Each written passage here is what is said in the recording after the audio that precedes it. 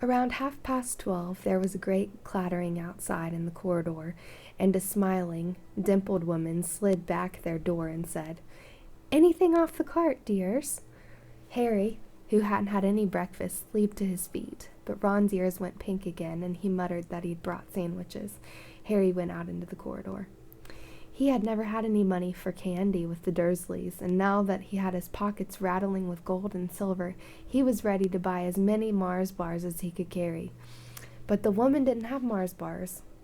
What she did have were Bertie Bott's every flavor beans, Drubel's best blowing gum, chocolate frogs, pumpkin pasties, cauldron cakes, licorice wands, and a number of other strange things Harry had never seen in his life. Not wanting to miss anything, he got some of everything and paid the woman 11 silver sickles and 7 bronze nuts. Ron stared as Harry brought it all back into the compartment and tipped it into an empty seat. "Hungry, are you?" "Starving," said Harry, taking a large bite out of a pumpkin pasty. Ron had taken out a lumpy package and unwrapped it. There were 4 sandwiches inside. He pulled one of them apart and said, "She always forgets I don't like corned beef." "Swap you for one of those." "For one of these," said Harry, holding up a pasty. "Go on." "You don't want this, it's all dry," said Ron. "She hasn't got much time," he added quickly. "You know, with the 5 of us." "Go on, have a pasty," said Harry, who had never had anything to share before, or indeed anyone to share it with. It was a nice feeling, sitting there with Ron, eating their way through all Harry's pasties, cakes, and candies. The sandwiches lay forgotten. "What are these?" Harry asked Ron, holding up a pack of chocolate frogs. "They're not really frogs, are they?" He was starting to feel that nothing would surprise him. "No," said Ron, "but see what the card is." "I'm missing Agrippa." "What?" "Oh, of course you wouldn't know. Chocolate frogs have cards inside them, you know, to collect. Famous witches and wizards. I've got about 500, and I haven't got Agrippa or Ptolemy." Harry unwrapped his chocolate frog and picked up the card. It showed a man's face. He wore half-moon glasses and had a long crooked nose and flowing silver hair, beard, and mustache. Underneath the picture was the name, Albus Dumbledore. "So this is Dumbledore," said Harry. "Don't tell me you've never heard of Dumbledore," said Ron. "Can I have a frog? I might get Agrippa." "Thanks." Harry turned over his card and read, "Albus Dumbledore, currently headmaster of Hogwarts. Considered by many the greatest wizard of modern times, Dumbledore is particularly famous for his defeat of the dark wizard Grindelwald in 1945, for this discovery of the 12 uses of dragon's blood, and his work on alchemy with his partner Nicholas Flamel. Professor Dumbledore enjoys chamber music and 10-pin bowling." Harry turned the card back over and saw, to his astonishment, that Dumbledore's face had vanished. "He's gone!" "Well, you can't expect him to hang around all day," said Ron. "He'll be back. No, I've got Morgana again. I've got about 6 of her. Do you want it? You can start collecting." Ron's eyes stayed to the pile of chocolate frogs waiting to be unwrapped. "Help yourself," said Harry. But in, the Muggle world, people just stay put in photos." "Do they? What, they don't move at all?" Ron sounded amazed. "Weird." Harry stared as Dumbledore sidled back into the picture on his card and gave him a small smile. Ron was more interested in eating the frogs and then looking at the famous witches and wizard cards. But Harry couldn't keep his eyes off them. Soon he had not only Dumbledore and Morgana, but Hengist, Hengist of Woodcroft, and Alberic, Grunion, Cirque, I think. Struggling with these names a little bit, to be honest. Paracelsus, and Merlin. He finally tore his eyes away from the druidess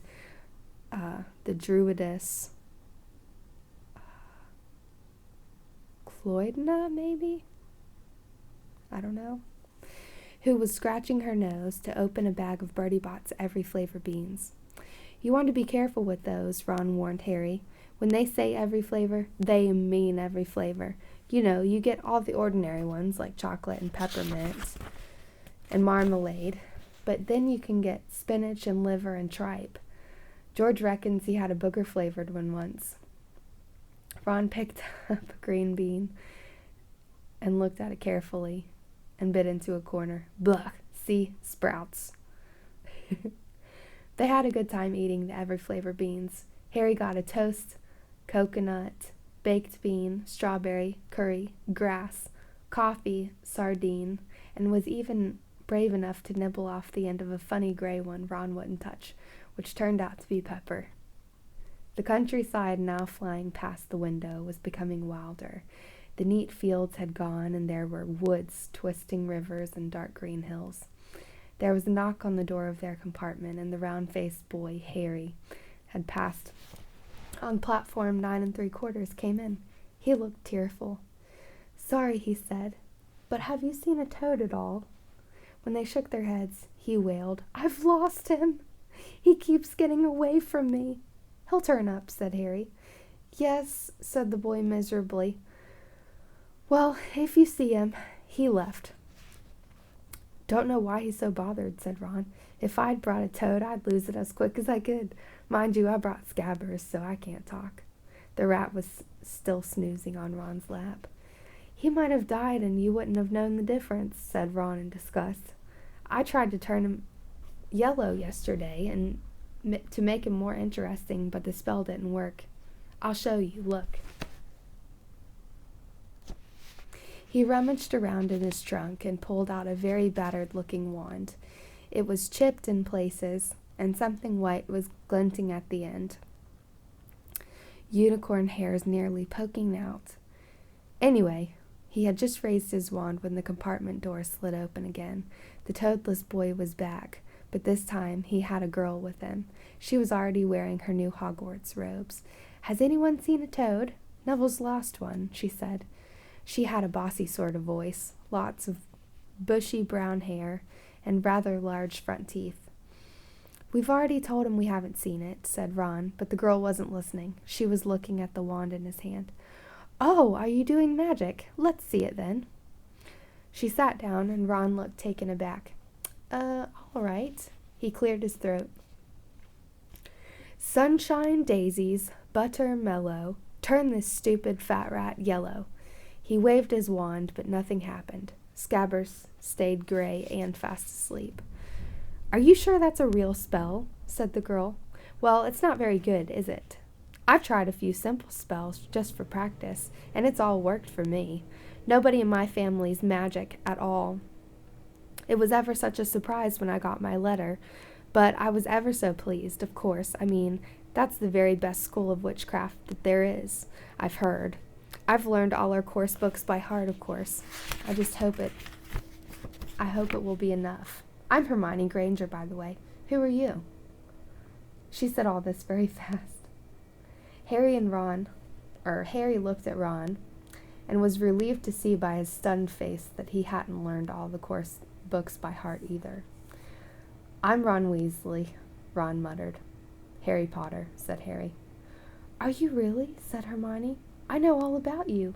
Of course, I got a few extra books for background reading, and you're in modern magical history, and the rise and fall of the dark arts, and great wizarding events of the 20th century. "Am I?" said Harry, feeling dazed. "Goodness, didn't you know? I'd have found out everything I could if it was me," said Hermione. "Do either of you know what house you'll be in? I've been asking around, and I hope I'm in Gryffindor. It sounds by far the best. I hear Dumbledore himself was in it, but I suppose Ravenclaw wouldn't be too bad. Anyway, we better go and look for Neville's toad. You two had better change, you know. I expect we'll be there soon."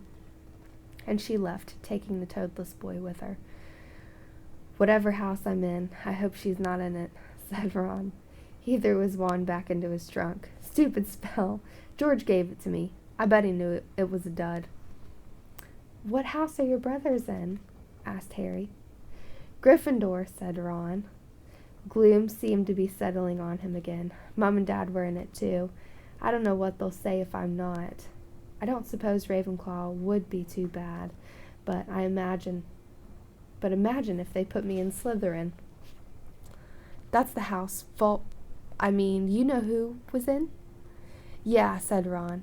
He flopped back into his seat, looking depressed.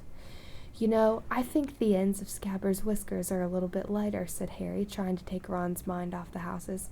So what do your oldest brothers do now that they've left, anyway? Harry was wondering what a wizard did once he'd finished school. Charlie's in Romania studying dragons, and Bill's in Africa doing something for Gringotts, said Ron. Did you hear about Gringotts? It's been all over the Daily Prophet, but I don't suppose you get that with the Muggles. Someone tried to rob a high-security vault. Harry stared. Really? What happened to them? Nothing. That's why it's such big news. They haven't been caught. My dad says it must have been a powerful dark wizard to get round Gringotts. But they didn't think they took anything. That's what's odd. Of course, everyone gets scared when something like this happens, in case you know who's behind it. Harry turned this news over in his mind. He was starting to get a prickle of fear every time you know who was mentioned. He supposed this was all part of entering the magical world, but it had been a lot more comfortable saying Voldemort without worrying. What's your Quidditch team? Ron asked. I don't know any, said Harry. What? Ron looked dumbfounded. Oh, you wait. It's the best game in the world. And he was off explaining all about the 4 balls and the positions of the 7 players, describing famous games he had been to with his brothers and the broomstick he'd like to get if he has the money. He was just taking Harry through the finer points of the game when the compartment door slid open yet again, but it wasn't Neville, the toadless boy, or Hermione Granger this time. 3 boys entered, and Harry recognized the middle one at once. It was the pale boy from Madame Malkin's robe shop. He was looking at Harry with a lot more interest than he'd shown back in Diagon Alley. Is it true, he said. They're all saying, all down the train, that Harry Potter's in this compartment. So, it's you, is it?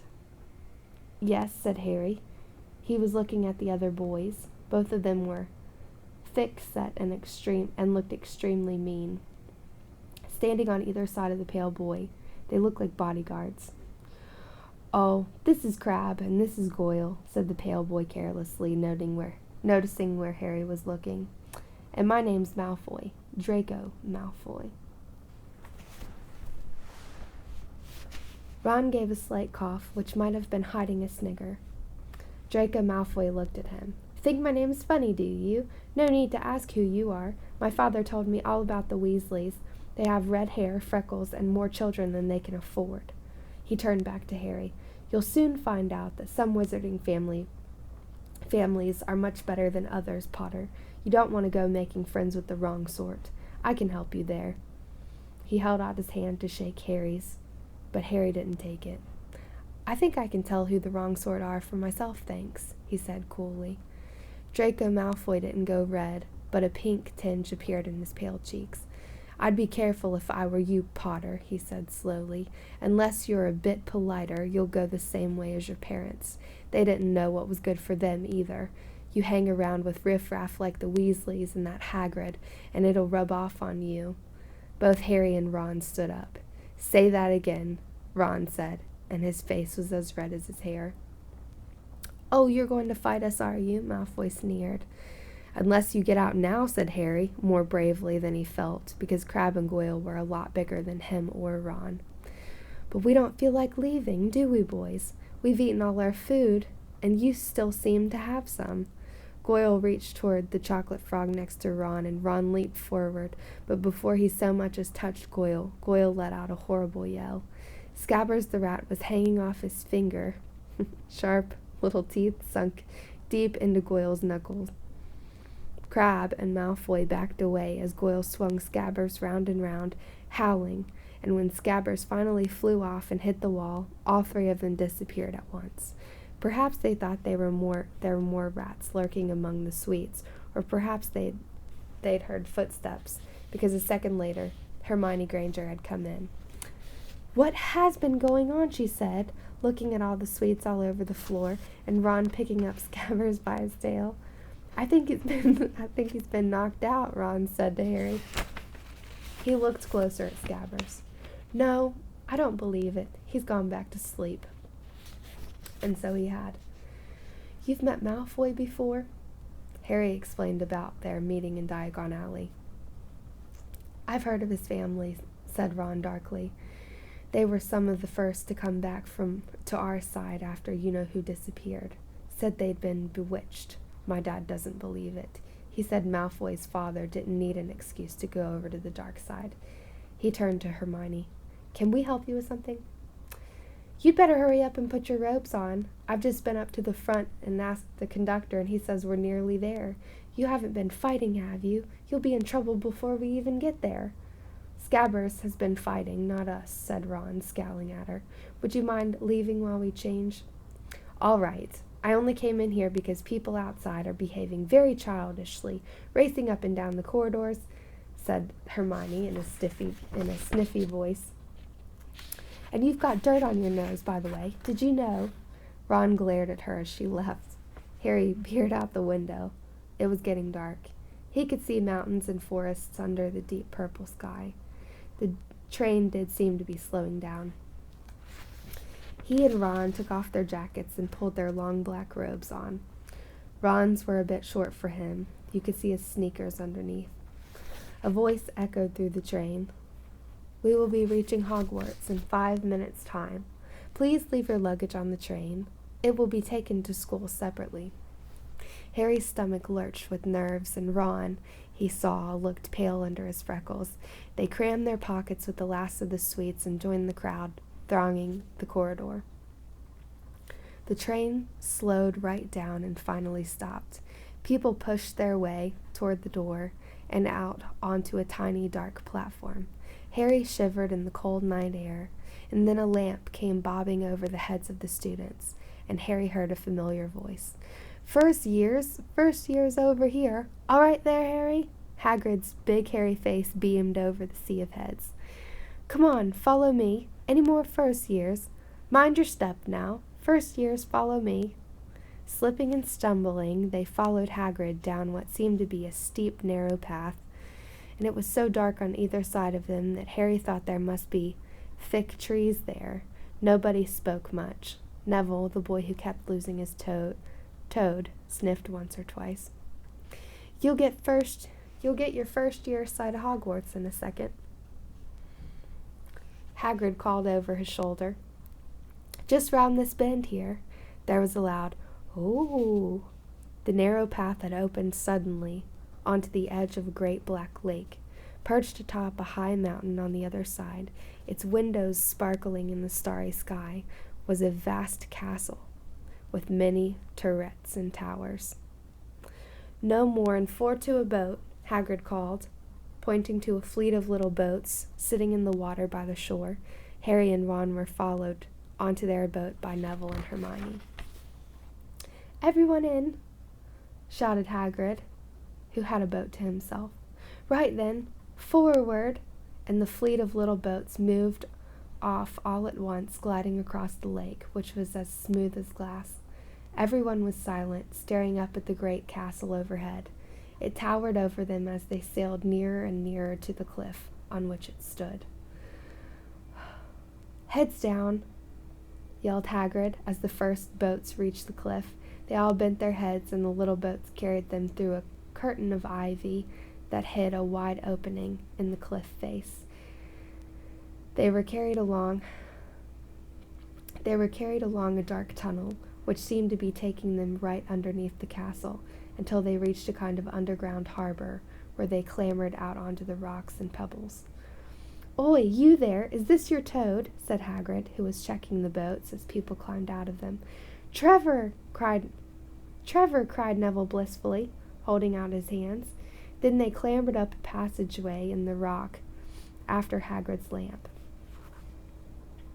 coming out at last onto smooth, damp grass right in the shadow of the castle.